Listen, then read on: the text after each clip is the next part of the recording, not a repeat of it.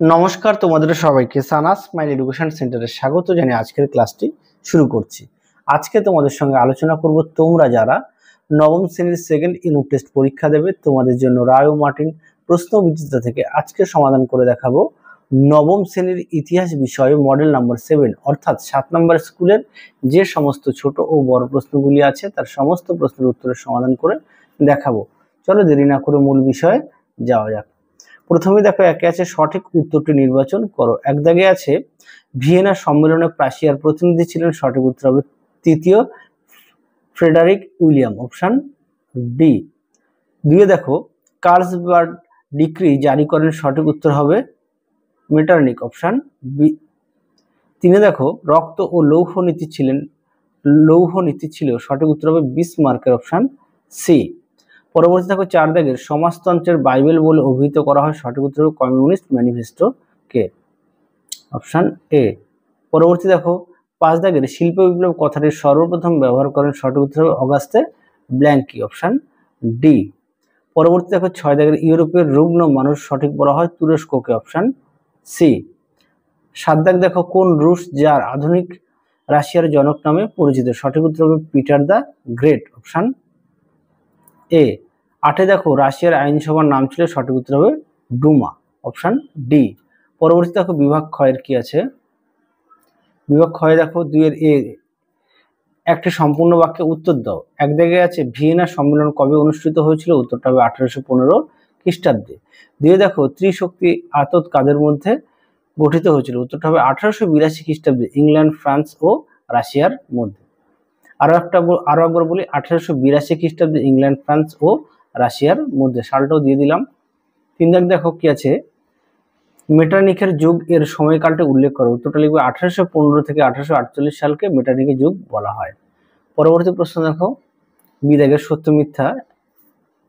এক দাগের প্রশ্নের উত্তরটা হবে 1830 খ্রিস্টাব্দে জুলাই বিপ্লব হয়েছিল, এটা সত্য। 2 দাগে দেখো মেনসেভিক দলের নেতা ছিলেন, সঠিক উত্তর হবে লেনিন, এটা মিথ্যা। 3 দাগ দেখো কূটনীতির জাদুঘর নামে পরিচিত ছিলেন মেটারনিখ, এটা মিথ্যা, সঠিক উত্তর হবে বিসমার্ক। পরবর্তী দেখো বিবৃতি দেওয়া আছে বেশ কিছু, দেখে নাও। এক দাগের উত্তরটা হবে বিবৃতি 3, যেটা সঠিক উত্তর সেটা দেখিয়ে দিলাম। পরবর্তী প্রশ্ন দেখো 2 দাগের প্রশ্নের উত্তরটা হবে ব্যাখ্যা 1। 3 দাগ দেখো প্রশ্নের উত্তরটা হবে ব্যাখ্যা 3।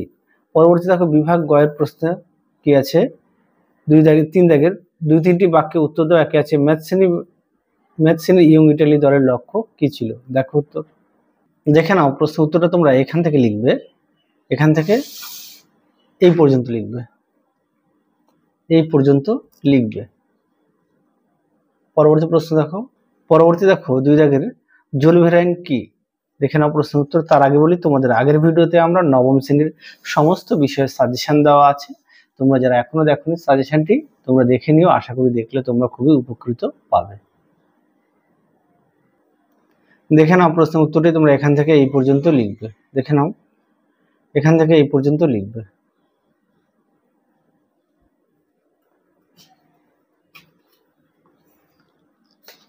পরবর্তী প্রশ্ন দেখো কি আছে 3 দাগের ভূমিদাস মুক্তির আইনকে কবে স্বাক্ষর করেন, দেখো প্রশ্নের উত্তর দেখে নাও। প্রশ্নের উত্তরটি তোমরা এখান থেকে এই পর্যন্ত লিখবে, দেখে নাও।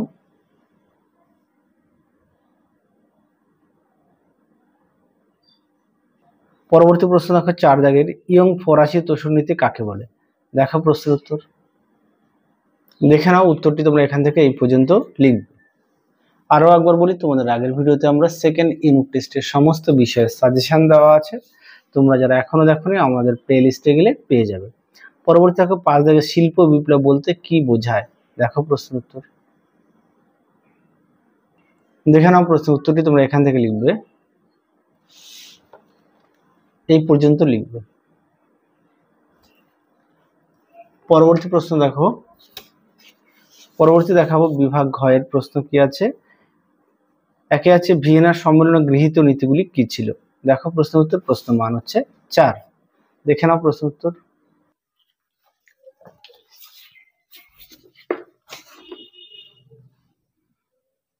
পরবর্তী প্রশ্ন দেখো কি আছে 2 দাগের, প্রথম বিশ্বযুদ্ধের প্রত্যক্ষ কারণ কি ছিল?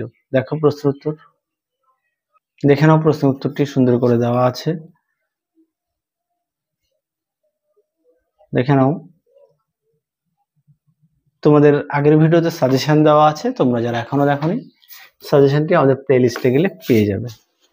পরবর্তী প্রশ্ন দেখো কি আছে 3 দাগের, মেটারনিক তন্ত্র বলতে কি বোঝায়? দেখো প্রশ্ন উত্তর, দেখে নাও প্রশ্ন উত্তরটি তোমরা এখান থেকে লিখবে, দেখে নাও সুন্দর করে দেওয়া আছে, দেখে নাও।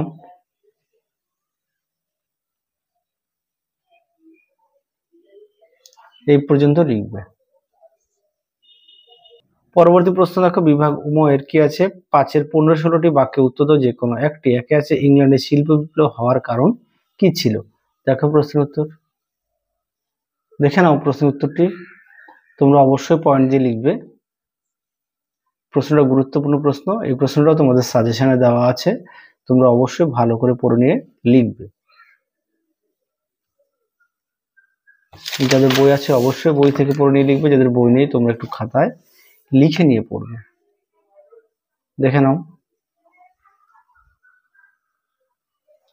অবশ্যই পয়েন্ট দিয়ে লিখবে। এই পর্যন্ত পড়ে নিয়ে লিখবে।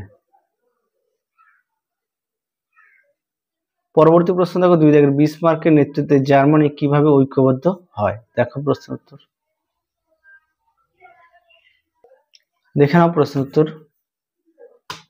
দেখে নাও সুন্দর করে দেওয়া আছে, তোমরা অবশ্যই পয়েন্ট দিয়ে লিখবে। দেখে নাও উত্তরের বাকি অংশটুকু, তোমরা অবশ্যই পয়েন্ট দিয়ে লিখবে। দেখে নাও উত্তরের বাকি অংশটুকু, এই পর্যন্ত লিখবে।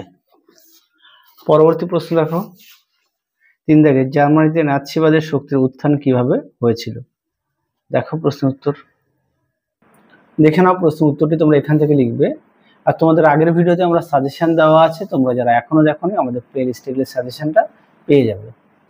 তোমাদের সমস্ত বিষয়ে সাজেশন দেওয়া আছে। দেখো প্রশ্ন উত্তরটি সুন্দর করে পয়েন্ট দিয়ে দেওয়া আছে। দেখো একে এসে এখানে কি দেওয়া আছে, নাৎসি দলের উদ্ভবের কারণ 1 নম্বর দেওয়া আছে সাম্যবাদ বিরোধিতা, দেখে নাও।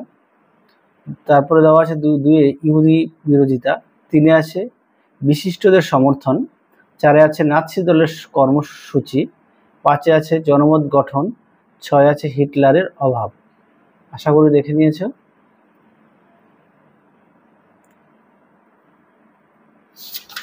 উত্তর বাকি অংশটুকু দেখে নাও, এই পর্যন্ত লিখবে। তাহলে চলো আজকের মতো এখানেই সমাপ্ত করছি, আবার দেখা হবে খুব শীঘ্রই তোমাদের পরবর্তী ভিডিওতে। তোমরা সবাই সুস্থ থেকো, ভালো থেকো, আজকের মতো টাটা।